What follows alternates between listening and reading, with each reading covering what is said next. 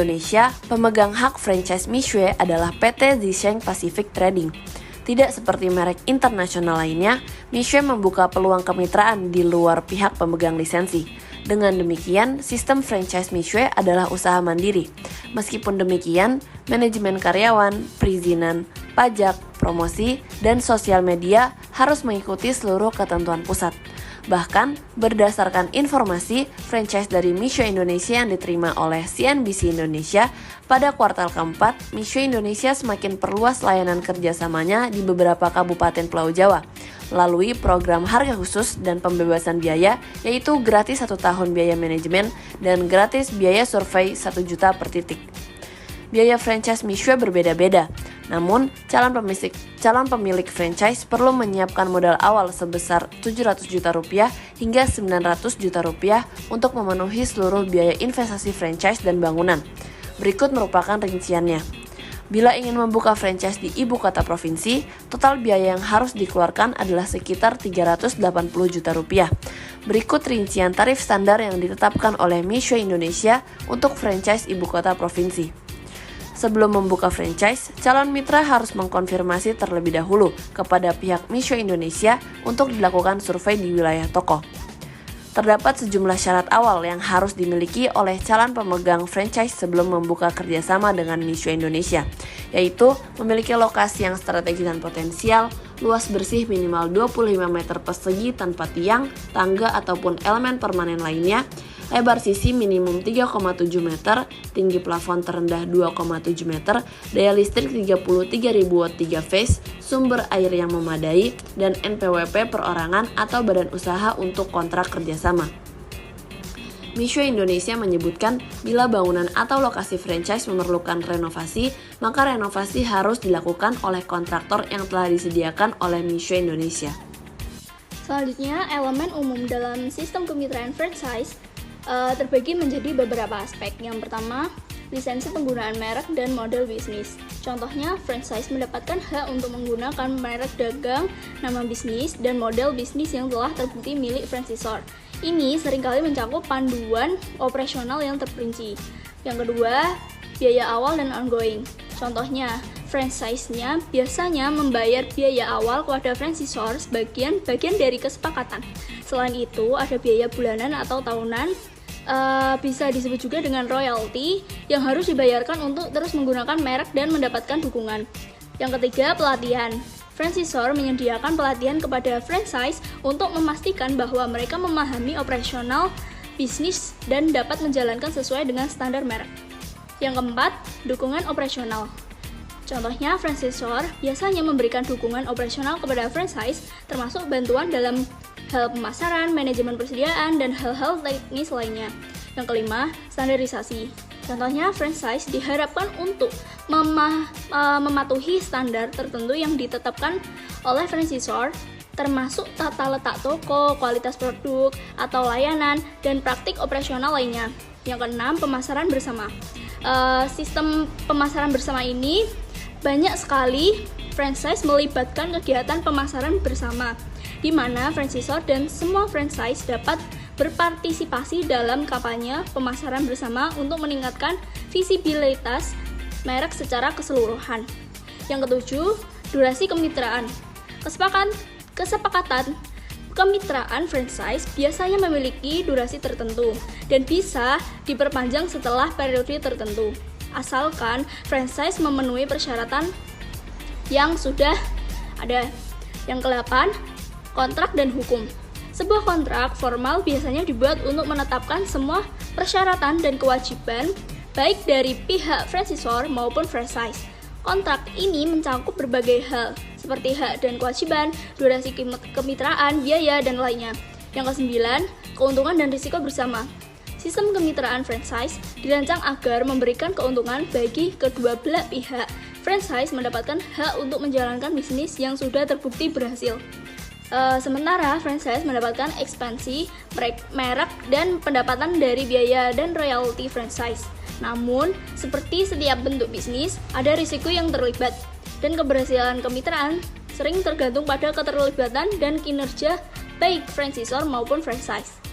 Penting untuk dicatat bahwa Setiap sistem kemitraan franchise dapat memiliki struktur yang berbeda-beda tergantung pada industri, merek, dan kesepakatan spesifik yang dibuat antara pihak-pihak yang terlibat. Beberapa sumber menyebutkan bahwa Mixu tidak mengharuskan franchise untuk membayar royalti atau berbagai keuntungan dengan franchisor. Ini berarti bahwa penerimaan waralaba dapat menyimpan semua keuntungan yang mereka peroleh dari bisnis mereka. Sebaliknya, penerima waralaba membayar biaya waralaba satu kali yang mencakup biaya pelatihan, peralatan, dan layanan dukungan lainnya yang disediakan oleh pemilik waralaba. Selain itu, Mixu menawarkan berbagai keuntungan bagi para pemegang waralaba seperti diskon untuk deposit dan dukungan berkelanjutan dari sistem atau sebuah tim manajemen. Secara keseluruhan, waralaba Mixu tampaknya menawarkan peluang bisnis yang berpotensi menguntungkan dengan biaya awal yang rendah dan biaya operasional yang minimal. Elemen umum dalam sistem kemitraan franchise dibagi beberapa aspek. Yang pertama ada lisensi penggunaan merek dan model bisnis, yaitu franchise mendapatkan hak untuk menggunakan merek dagang, nama bisnis, dan model bisnis yang telah terbukti milik franchisor. Ini seringkali mencakup panduan operasional yang terperinci. Yang kedua, biaya awal dan ongoing. Franchise biasanya membayar biaya awal kepada franchisor sebagai bagian dari kesepakatan. Selain itu, ada biaya bulanan atau tahunan, yaitu royalti yang harus dibayarkan untuk terus menggunakan merek dan mendapatkan dukungan. Yang ketiga, ada pelatihan. Franchisor menyediakan pelatihan kepada franchise untuk memastikan bahwa mereka memahami operasional bisnis dan dapat menjalankannya sesuai dengan standar merek. Yang keempat, dukungan operasional. Franchisor biasanya memberikan dukungan operasional kepada franchise, termasuk bantuan dalam hal pemasaran, manajemen persediaan, dan hal-hal teknis lainnya. Yang kelima, standarisasi. Franchise diharapkan untuk mematuhi standar tertentu yang ditetapkan oleh franchisor, termasuk tata letak toko, kualitas produk atau layanan, dan praktik operasional lainnya. Yang keenam, pemasaran bersama, yaitu banyak sistem franchise melibatkan kegiatan pemasaran bersama, di mana franchisor dan semua franchise dapat berpartisipasi dalam kampanye pemasaran bersama untuk meningkatkan visibilitas merek secara keseluruhan. Dan yang terakhir ada durasi kemitraan, yaitu kesepakatan kemitraan franchise biasanya memiliki durasi tertentu dan bisa diperpanjang setelah periode tertentu, asalkan franchise memenuhi persyaratan tertentu. Halo, di sini aku mau ngejelasin apa sih alasan orang-orang ingin bermitra dengan Mixu. Jadi alasan yang pertama adalah karena biaya waralaba dan produk yang terjangkau. Nah, pada Mixu ini menawarkan biaya waralaba yang rendah dan produk yang sangat terjangkau, sehingga kita dapat memulai bisnis dengan investasi yang minimal. Dan alasan yang kedua adalah target pasar yang luas. Teman-teman juga tahu kan bahwa Mixu itu disukai oleh semua kalangan, tidak hanya anak-anak saja. Rasa es krim Mixu yang unik dan beragam serta minuman teh yang menyegarkan menarik bagi berbagai macam pelanggan, sehingga memudahkan pewaralaba untuk menarik dan mempertahankan pelanggannya. Nah, teman-teman, di sini aku akan melanjutkan kenapa sih alasan kita harus bermitra dengan Mixu. Yang ketiga ada akses yang mudah. Jadi Mixu ini memiliki banyak cabang di berbagai kota dan daerah, sehingga lebih mudah diakses oleh calon perwaralaba. Nah, yang keempat ada identitas dan prospek merek yang baik. Mixu ini memiliki merek yang baik dan prospek yang baik juga. Jadi Mixu ini adalah bisnis yang menjanjikan yang dapat membantu franchise membangun bisnis mereka dan mencapai kesuksesan jangka panjang. Yang terakhir tidak ada pembagian keuntungan. Jadi Mixu ini tidak mengharuskan franchise untuk berbagi keuntungan dengan franchisor, sehingga memungkinkan franchise untuk menyimpan semua keuntungan yang mereka peroleh dari bisnis mereka sendiri. Selanjutnya saya akan menjelaskan mengenai bentuk kemitraan yang digunakan oleh perusahaan Misha. Jadi Misha melakukan bentuk kerjasamanya berbentuk kemitraan waralaba, di mana Misha sendiri ini menawarkan peluang waralaba kepada individu ataupun perusahaan yang ingin membuka gerai es krim juga teh Misha.